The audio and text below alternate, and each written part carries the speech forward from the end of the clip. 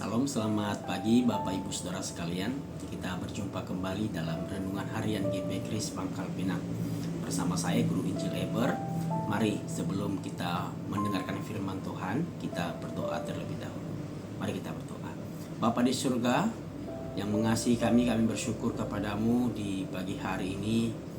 Kami bisa bangun dengan kekuatan baru oleh Tuhan. Terima kasih, dan kami akan mengawali setiap kegiatan kami sepanjang hari ini dengan berserah penuh di dalam tangan-Mu dan juga mendengarkan firman-Mu. Tolong kami agar kami bisa memahami firman Tuhan yang sebentar kami renungkan bersama dan dapat kami aplikasikan di dalam hidup kami hari lepas hari. Kami sudah siap mendengarkan firman-Mu ya Tuhan. Dalam nama Tuhan Yesus kami berdoa dan mengucap syukur.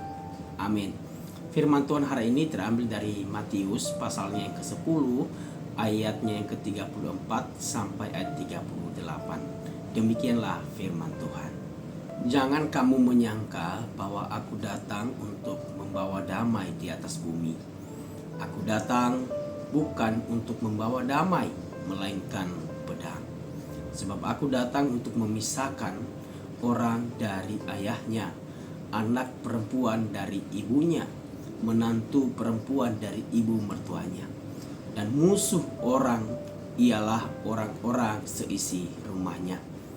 Barang siapa mengasihi bapa atau ibunya lebih daripadaku, ia tidak layak bagiku. Dan barang siapa mengasihi anaknya laki-laki atau perempuan lebih daripadaku, ia tidak layak bagiku.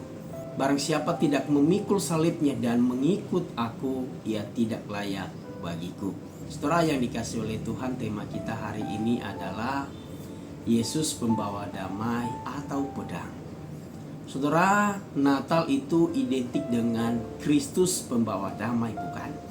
Dalam Yesaya pasalnya yang ke-9 ayat 5 mengatakan bahwa Yesus itu adalah Raja Damai. Itu benar adanya. Tetapi dalam teks yang barusan kita baca seolah-olah kontradiksi. Yesus mengatakan kepada murid-muridnya, jangan kamu menyangka bahwa aku datang membawa damai di atas bumi. Aku datang bukan untuk membawa damai, melainkan pedang. Mungkin kita bingung dengan pernyataan Tuhan Yesus ini. Saudara yang dikasihi oleh Tuhan, untuk memahami teks ini, kita perlu melihat keseluruhan konteks ini.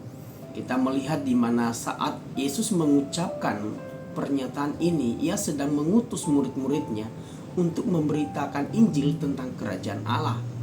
Dan ia sedang memperlengkapi mereka, ia sedang menasihati mereka untuk menerima realita yang akan mereka hadapi.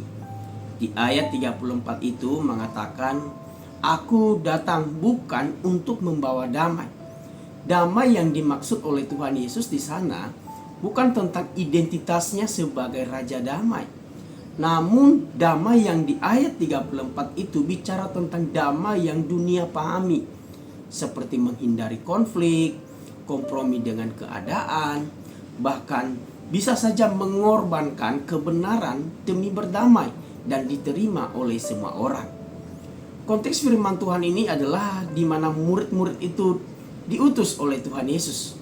Dia mengingatkan mereka supaya mereka jangan kompromi dengan orang-orang, bahkan termasuk keluarga mereka, supaya diterima dan akhirnya Injil itu diabaikan.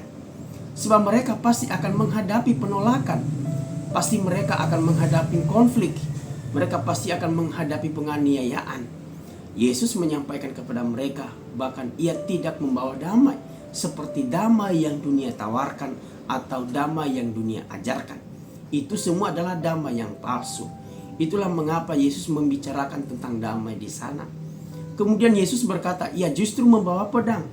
Pedang ini jangan dipahami sebagai senjata literal ya, untuk berperang begitu. Dalam terjemahan bahasa aslinya, pedang ini melambangkan pemisahan atau pembelahan yang tajam.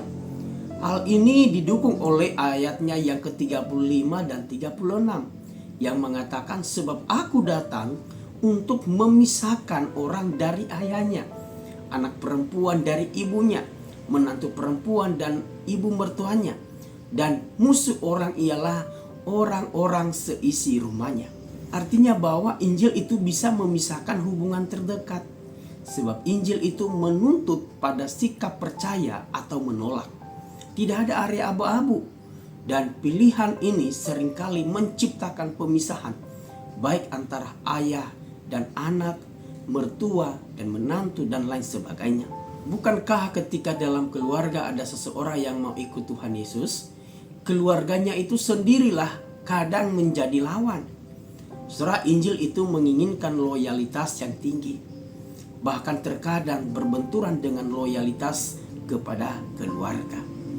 Makanya Yesus berkata di ayatnya ke-37, barang siapa mengasihi bapa atau ibunya lebih daripadaku, ia tidak layak bagiku. Dan barang siapa mengasihi anaknya laki-laki atau perempuan lebih daripadaku, ia tidak layak bagiku. Yesus bukan berarti meniadakan cinta kepada keluarga. Sebab firman Tuhan memerintahkan kita untuk menghormati, mengasihi keluarga kita.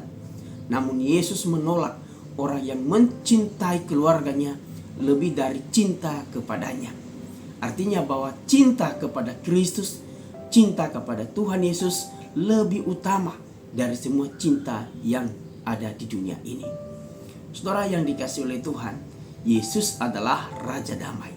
Karena ia datang membawa damai vertikal, yaitu menambahkan manusia berdosa dengan Allah yang kudus. Ini adalah damai yang tidak dapat diberikan oleh dunia. Namun kehadiran damai Kristus yang vertikal ini seringkali menyebabkan konflik horizontal di bumi ini, di dunia ini. Sebab terang Kristus itu menelanjangi kegelapan dan kebenaran darinya menantang kepalsuan di dalam dunia ini. Pedang yang Yesus bawa bukanlah pedang untuk diperintahkan untuk melakukan kekerasan, melainkan sebuah gambaran tentang realita pahit dari dampak Injil ketika masuk ke dalam dunia. Injil itu membelah, memisahkan, dan menuntut pada sebuah pilihan. Ayat 38 mengatakan, barang siapa tidak memikul salibnya dan mengikut aku, ia tidak layak bagiku. Saudara yang dikasihi oleh Tuhan, kiranya firman Tuhan hari ini kita dapat mengerti dan mencerahkan pikiran kita semua, sehingga kita menjalani hidup ini dengan berpegang pada Injil, yaitu Yesus Kristus. Amin. Tuhan Yesus memberkati.